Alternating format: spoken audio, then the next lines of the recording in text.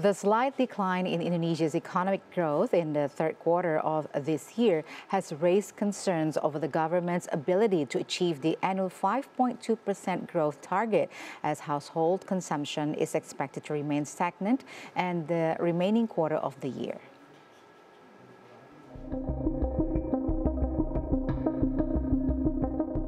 Indonesia's economy grew slightly higher in the third quarter compared to the same period last year, but it was lower compared to the previous quarter due to a decline in household consumption, which accounts for about 50% of the country's gross domestic product.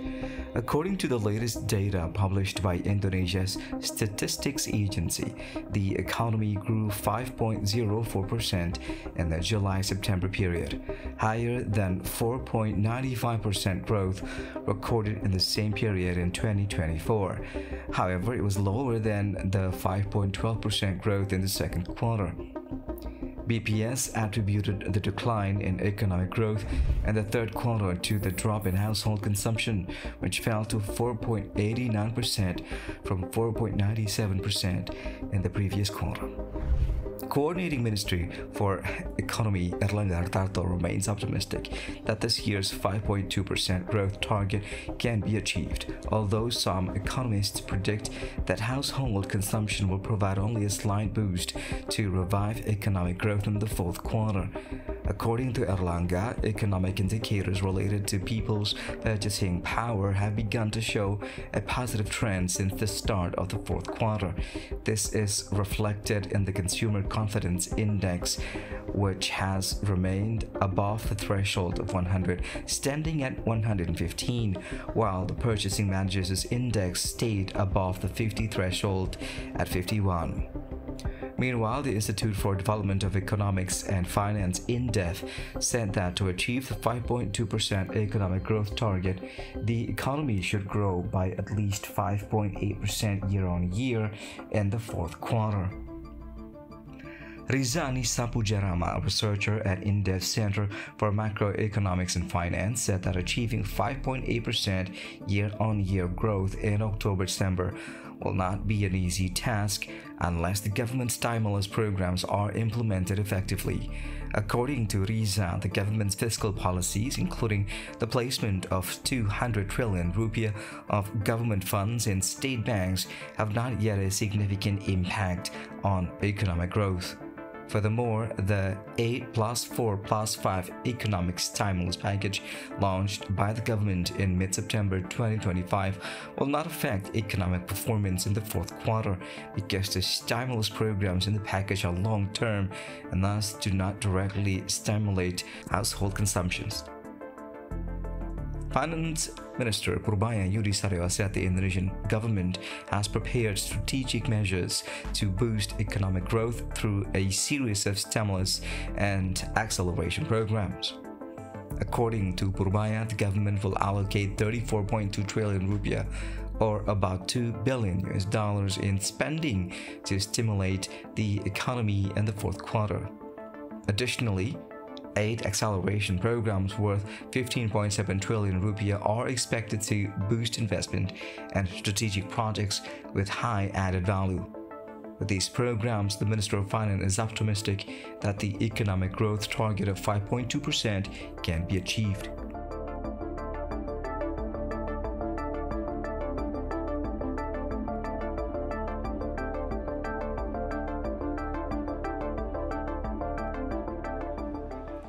The country's economic growth slowed in the third quarter amid the decline in the household spending, which accounts for more than a half of the country's GDP.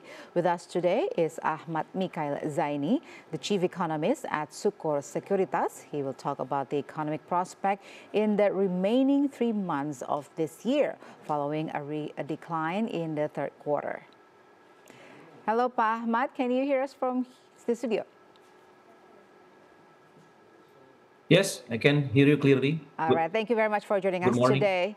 Good morning to you too. Pa Ahmad, Indonesia's economy slowed to 5.04% in the July-September period from 5.12% in the second quarter, mainly due to the decline in household consumption. With the slowdown in the third quarter, do you think this year's growth target of 5.2% is still achievable?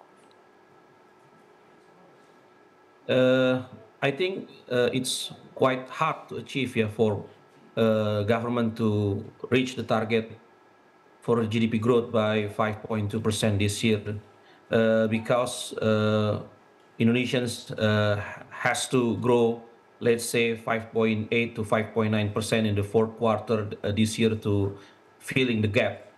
And then I believe the stimulus package that government introduced since third quarter this year will be taking into effect in a moderate way, I think, in the fourth quarter, and maybe in the full scale in the first half of next year. Yeah. So I believe the economy can only grow by 5.1% until the end of this year. All right. The government has actually disbursed a significant amount of social assistance and fiscal incentives to the community. But why does the people's purchasing power remain weak? Yeah, it is very simple. The first is that the labor-intensive sector uh, are not growing well this year, yeah, particularly for manufacturing sectors. Still, the manufacturing sector grow below national GDP growth. It's only grow by 4.3, 4.5% in our projections this year. And then if you look at also the forestry sector and then agriculture sector as well as mining sector, which contribute about 30% of our GDP, also grow below national GDP growth. It's only grow by 3%. So both sectors, which is labor intensive sectors, grow very small compared to national GDP growth. And then if you look at the service sectors such as finance, business consulting, and then etc., they can grow above the national GDP level. But this sector is a capital intensive sector, which not create much purchasing power for the rest of Indonesian citizens. So the problem here is the homework for the government is how to improve these labor-intensive sectors such as manufacturing, agriculture, and then mining sector to grow much faster next year to absorb more labor and then create higher purchasing power for next year. All right. The government issued a stimulus package last September to boost economic growth. Do you believe the impact of these programs will become apparent in the third quarter, given their typically long-term nature? Yeah, the impact was very small in the third quarter this year, but I think the impact will be much higher in the fourth quarter, yeah, because the government introduced cash transfer about 30 trillion rupiah in the fourth quarter. This cash transfer, I think, will impact much more compared to others stimulus package because it's directly give money to the needed people. So I believe the fourth quarter economy can grow much faster compared to second quarter or third quarter. Maybe fourth quarter GDP can grow by 5.4%.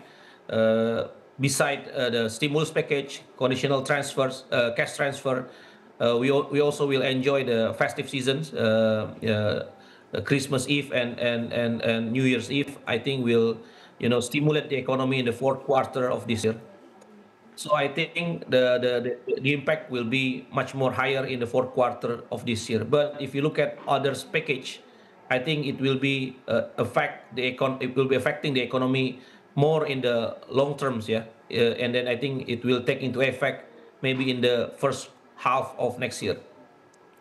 Will the recent steps taken by Finance Minister Purbayayudi Sadewa, such as placing 200 trillion rupiah of government funds in state banks, have an immediate impact on the economy in the October-December period?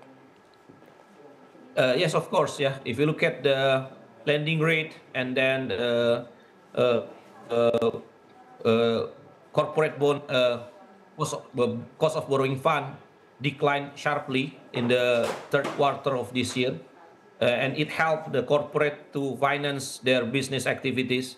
If you look at the numbers on the corporate bond issuance this year, the corporate bond issuance grow by 68% year on year, yeah, higher than last year. So it is a significant amount. So it is a sign that the corporations in Indonesia now try to build their higher capacity to produce more goods and services for this year and for next years. I think this is a good sign. The policy is very effective in my opinion in the translating into the lower yield in the corporate bonds market.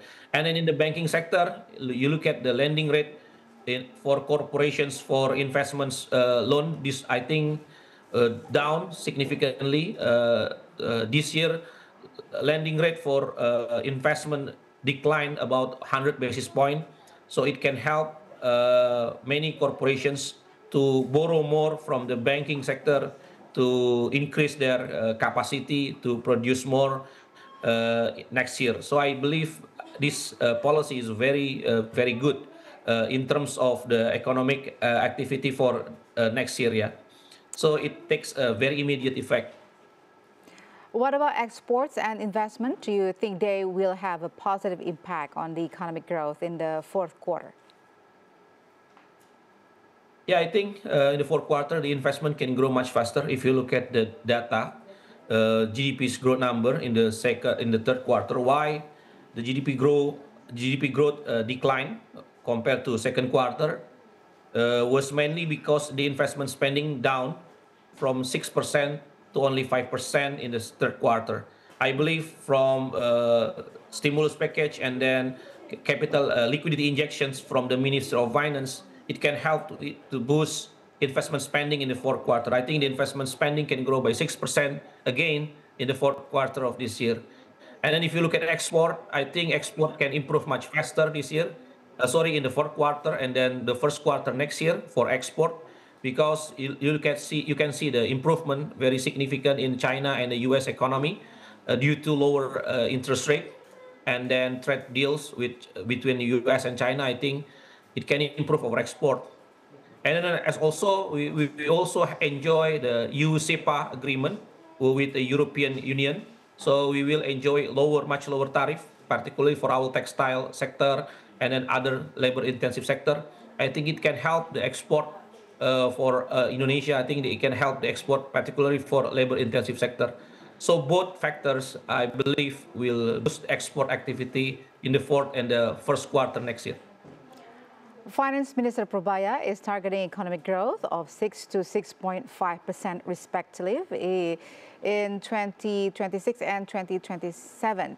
In your opinion, is this target achievable? If not, what are the contributing factors? Yeah, I don't think it can be achieved easily for 6% next year because we have a lot of obstacle domestically. We have to improve first our purchasing power, domestic purchasing power, by creating a labor-intensive sector, creating more jobs, formal jobs particularly, and it is not in an easy way because we have to improve our manufacturing sector. We have to doing reindustrializations, which is become our homework for the last 10 years. So I believe 6.1%, I think is very hard to achieve, but for 5.5%, I think the government can easily achieve next year. And then the second thing is that the problem is also about our ease of doing business. This is have to be reformed significantly by the government to achieve this 6.0 to 6.6% of economic growth this next year and for the further years. All right, Ahmad Mikail Zaini, Chief Economist at Sucor Sekuritas. Thank you very much for joining us today. Thank you.